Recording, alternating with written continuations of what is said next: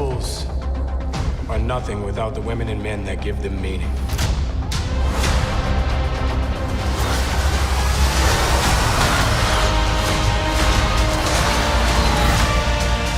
That shield represents a lot of things to a lot of people.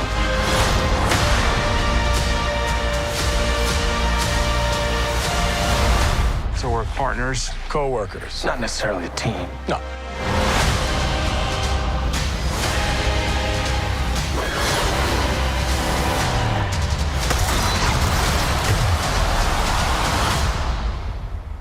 We look damn good, though.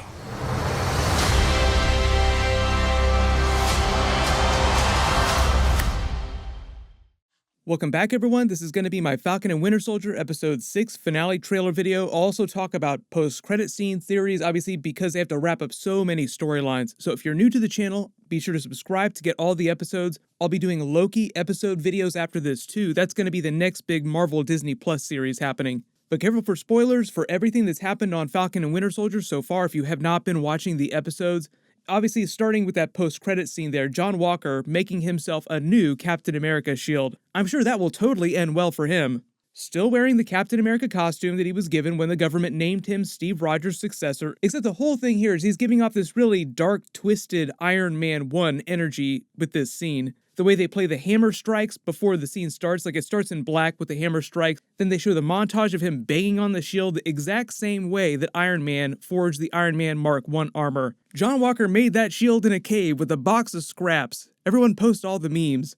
And the funny thing about that Iron Man moment, it's so iconic. Marvel has used it in so many of their trailers the last several years. They actually ended Avengers Endgame, the credits, with the sound of the, I think, 5 hammer strikes. It was the closest thing that we got to an Avengers Endgame post-credit scene. Although technically there were some post-credit scenes that were supposed to happen that they wound up just sort of cutting out because they turned them into Disney Plus series. Like there was going to be a WandaVision post-credit scene setting up the events of WandaVision Episode 1, but Paul Bettany said that Kevin Feige called him and said, we got to cut the scene because we're just going to save that for when we get to the WandaVision episodes. But they did actually film footage in Avengers Endgame that was going to be for a post-credit scene for his character, for Vision and Wanda. But the whole thing with the hammer strikes is if you actually listen, if you rewatch Avengers Endgame, after the actual credits, you just hear 5 hammer strikes, and it's meant to be the bookend. Like you begin with Iron Man 1, he influences so much of the tone of all the movies that came during the Infinity Saga, so it only made sense that they would end the Infinity Saga with an Iron Man moment, the most iconic Iron Man moment, next to him snapping the Infinity Gauntlet.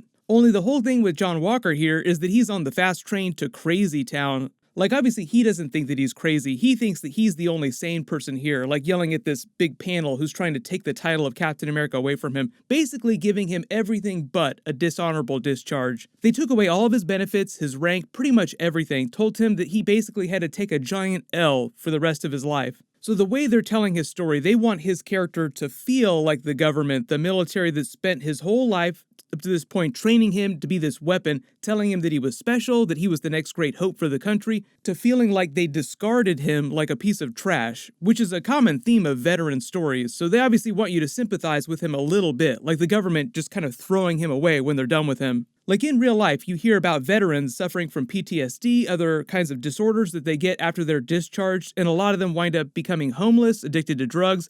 Tom Holland, Mr. Spider-Man himself, even just did a movie with the Russo brothers, the people who got done directing Avengers Infinity War, Avengers Endgame, the Captain America movies, which a lot of this series draws from. It was called Cherry. It was all about the terrible things that happened to this U.S. soldier when the military discharges him, but fails to help him get the proper care that he needs. So John Walker right now is kind of feeling that energy. In the Contessa, Julia Louis-Dreyfus's character comes to offer him salvation, so to speak, even though it sounds really sinister the way she's talking about it. They want you to feel very weird about her character, like she is definitely not a good person, even though she pretends to be. She was kind of like that on Veep, like a very slippery character. She kind of seemed like a dirtbag, even though she was kind of a good character at the same time. Just this really weird anti-hero type of character. That show was more of a dark comedy, and obviously Falcon and Winter Soldier is more of a drama, but I did feel like her cameo scene here was a little funny in a dark way, the way she was talking circles all around John Walker, like he was just confused the whole time. What's happening here? This business card, there's nothing on it. What's going on? But she slips in and tells him everything he wants to hear, because clearly she's manipulating him. You taking the super soldier serum was the best thing that ever happened to you. It's made you very attractive to, quote unquote, some people. People basically looking for mercenaries to hire, people with nothing left to lose. That's basically what her character is all about in the comics, though, manipulating people the same way that Baron Zemo is a master at manipulating people. She is 100% bad news, obviously. But he's eating this all up because the sting of feeling betrayed by his government is so fresh. So he is on his way to going full Karen on Falcon, Winter Soldier, and the Flag Smashers in the finale. Like the Karen version of Captain America, the same way Scarlet Witch went full Karen during WandaVision for a little while. They never really addressed that during WandaVision, like she just kind of flies off at the end of the series like, oh wait a minute, didn't you manipulate and trap all these people here for a whole week? We didn't really address that. So I think the question with John Walker's character isn't so much what he's going to do next. We all expect him to go off the rails. It's more about how they're going to set him up to be more the US agent character from the comics and potentially join the first version of the MCU Thunderbolts team. I know there are all kinds of theories about how they're going to end the series with his character, but I don't think you kill off a character like that. Like, he's got super soldier serum, he's got skills, clearly, and he's just really complicated, which I think just makes for really good drama and situations in potential Thunderbolts series. The whole thing with that, though, is that in order to be a member of the Thunderbolts, you kind of have to start out being a criminal in prison. That's the whole deal. It's like Marvel's version of the Suicide Squad. So that would mean that he'd have to be arrested at the end of Falcon and Winter Soldier in the finale at some point. They could potentially arrest him for violating the government's order to stand down and no longer act in any capacity against the Flag Smashers, which clearly he doesn't listen to because we see him fighting them in the finale trailer. But then on the other side of this, obviously you have all the Falcon and Winter Soldier stuff. They're going to have to stop the Flag Smashers from killing anyone because they're obviously going off the rails too, without escalating things even more. That's the whole thing. That was John Walker's problem, is that yes, they did need to stop the Flag Smashers, but in a way that wouldn't help the Flag Smashers rally more support for their cause. Which is basically what happened when he killed that Flag Smasher in public. Like, everyone saw it, and the way it was spun made him seem like the villain, made the Flag Smashers seem more like martyrs, rallying more support for their cause, escalating things even further. So it sounds like what happens is, at some point, the Contessa, like she says, pick up the phone when I call you, and she's gonna call him and set him on the Flag Smashers. Like, go to New York City and get rid of these people. The slimy way her character sounds, she wouldn't tell him to go kill a bunch of people. She'd just say, deal with the problem. And that would basically be her way of telling him, kill all of them, we don't care, just get rid of them. Remember, one of her comic book names is Madam Hydra, and you don't name someone Madam Hydra if they're a good character. Also, just talking about some of the fight scenes, the really cool thing about Falcon's new Vibranium Captain America suit, the wingsuit that he's looking at here at the end of episode 5, is you remember how John Walker ripped his old wings out, destroying his suit basically? Well, now Falcon has a vibranium wingsuit in addition to the original Captain America shield, which is vibranium itself. John Walker only has the regular metal shield, no vibranium weapons, no vibranium armor. So think about it this way, they get into a fight with each other, Falcon can basically slice his shield in half like butter with his wings. It'd be like Thanos slicing Captain America's shield with his giant axe weapon. And to boot, the entire wingsuit is way stronger just in general, so Walker wouldn't be able to rip the vibranium wings out this time. What I'm hoping for is that when Falcon puts on the new suit and heads into battle, he doesn't totally understand how all the new functions work, and because it's Wakandan vibranium tech, it's way more advanced with way more abilities than his old wingsuit.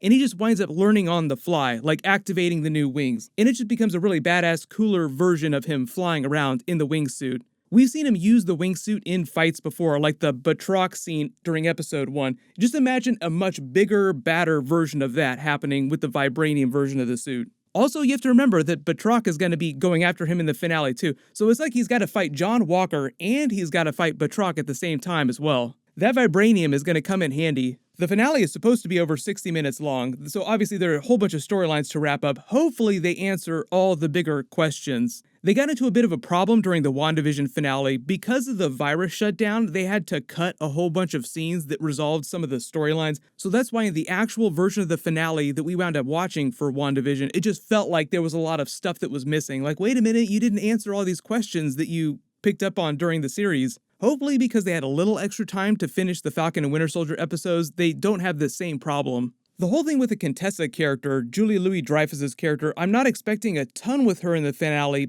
but she might wind up being the person at the end of the show, or in a post-credit scene, who contacts John Walker and Zemo about the Thunderbolts. Like, instead of Thunderbolt Ross, who a lot of us have been expecting to put the Thunderbolts together in the MCU, her character could be the one to start putting the team together. And because her character in the comics had this long-running association with Nick Fury in S.H.I.E.L.D. before she revealed she was a Russian sleeper agent, she could be working with Thunderbolt Ross on the DL. Like, her showing up in broad daylight at this big government hearing for John Walker implies that she has ties to the US government. I still think the evidence is stronger that she winds up being the power broker versus Sharon Carter. I think the whole thing with the Sharon Carter storyline, Emily Van Camp has been saying in her interviews that all Sharon really wants is to get the pardon from the US government so that she can go home. So everything she's been doing in Madripoor using Batroc the Leaper, the Flag Smashers, has something to do with that. My only complaint with her storyline is that they're kind of giving us the Cliff's Notes version. There are only 6 episodes. It'd be nice if we had 10 episodes so you had more time to spend with her character explaining exactly what she's been doing this whole time.